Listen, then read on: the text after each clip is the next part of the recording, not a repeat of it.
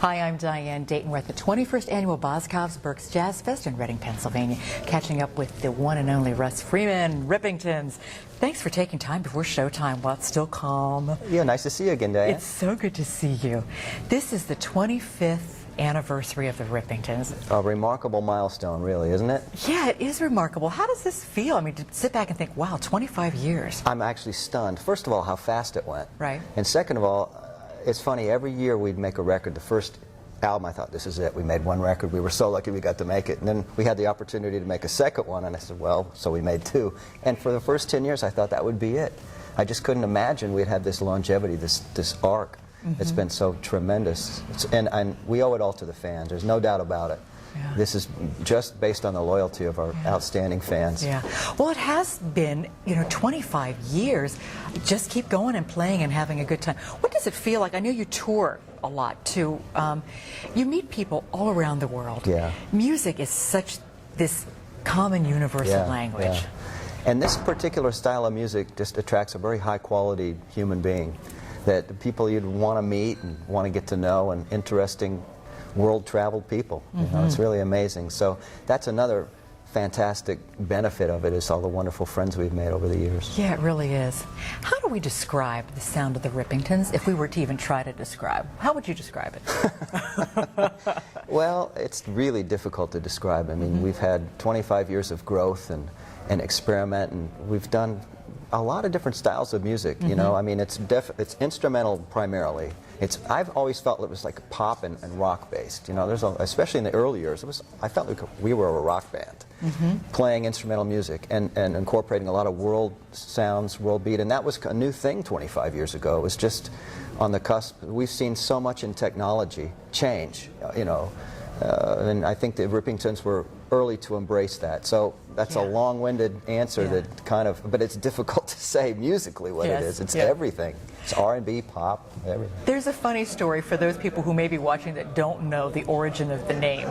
Just tell that story again. Oh, sure. Well, I think I was about 24 years old at the time, and I started playing at the Baked Potato, which is a tiny little club in North Hollywood. I mean, it only holds like 100 people, at the most 50 people. Right. And we started jamming on Monday nights, and everybody would come down and sit in. Marcus Miller and David Benoit, and I met Kenny G there, and a lot of the people actually on the first Rippingtons album. And so one night I was seeing some of the guys playing. I said, they're ripping. We'll call ourselves the Rippingtons. And that's it. 25 years later, still the same thing. Right. Now, Jeff Kashua, we talked to him a little bit earlier. Yeah. He's been with you now, I think, 23 years, I think? It's amazing. He came in 89? Yeah, 1989? I think that's what it was. And he was talking about how he had gotten the call. Well, he loved the band so much, he knew the music. What was that like for you when you talked to him to get him to become a part? Well, I tell you, the funniest story is when he came back after for our 20-year anniversary. He had left and pursued a solo career, and when he came back, I realized how organic his sound was to the band. It's like he started playing this, well, this is the sound, right? Wow. It's so funny because we've had such an outstanding roster of saxophonists. Brandon Fields, Eric Marienthal, really top-notch players, and they're all unique in their own way. It's really fantastic. Yeah, and the sound evolves and changes throughout the years. Oh, absolutely. And I mean, that's the point of it. I always wanted it to be like that. I constructed the band, really, in retrospect, I did one smart thing, and that was, I built it so it would change. I said, my favorite band of all time broke up, the Beatles, and it was heartbreaking. I was 9 or 8 years old, and I said, I never want my band to break up. So that was actually prescient in that time, because it allowed us to grow musically. It allowed new people to come in, and I think it helped support the longevity. Yeah. So you've got this special CD, this special album right now, too, that we can find here and we can find everywhere. Yeah. Côte d'Azur. Yes. It's funny, probably a difficult title to pronounce. It means Coast of Blue, penned by a famous author, and it's about the south coast of France, which is someplace that I really love to go with my wife. We actually spent some time living there the past several months, so I just incorporated that real inspiration from that. That's great. Well, you get inspired with art now, too, that I didn't know about. Tell me about that. I do. I started revisiting creating art. It's something I did as a kid before I got so busy with music, and over the last several years I've done some digital painting, some artwork. Actually, I have a blog for some of the travels we did in the south of France. And you can find that, I think, on russfreeman.com. Okay. You'll see all the artwork. And, okay. Yeah. Wow, that's great. Well, it makes sense, though. Music, and it's all art, and it's just expressing yourself Exactly. differently. It's all expressed in a different way, But now, looking back, 25 years, you've learned a lot. You've changed, you've grown. What do you think is one of the bigger lessons that you've learned, or what you've grown to see or to know over 25 years? Well, I think that's a really wonderful question. And I think outside of music, it would be how fast, and how much we can take for granted.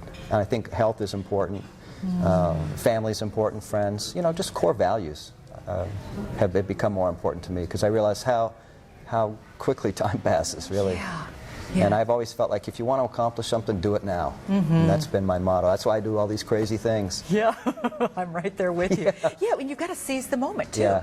You've got to seize the moment. In my years in Colorado, I jumped off cliffs. I mean, I would never do that now, but I had the experience to do it. Heli-skiing and all this crazy stuff that I did, climbing rocks, it's wonderful. Yeah. And just had the idea to do it, and I'm glad we did it. And that's really another reason why I wanted to live in the south of France for a while, to say, hey, why not try it, I mean, it's a completely new experience. We didn't speak the language. Right. But it's an adventure. Yeah. It's all and adventure. it stretches you. Oh, You absolutely. grow. I mean, it's funny because when I was in France, I read on a blog, it said 2010 was the year people stopped talking to each other because of Facebook and social media, and people don't really need to talk anymore. They just text each other. Yeah. And I thought, well, here we are, struggling with a new language with people in a new community, but it was fantastic. I mean, it's nothing like it. Yeah. Thank you so much for taking time today and just letting us know a little bit more about what you're up to. Sure. We're going to check out the new CD, going to check out your artwork. Cool. The blog, I think, is russfreeman.com/travel. Okay. I think that's the blog. All right, that sounds good. We're looking forward to your show, too. Thank you. Thanks so much. Good to see you. You too. We're coming to you from the 21st Annual Berks Jazz Fest in Reading, Pennsylvania.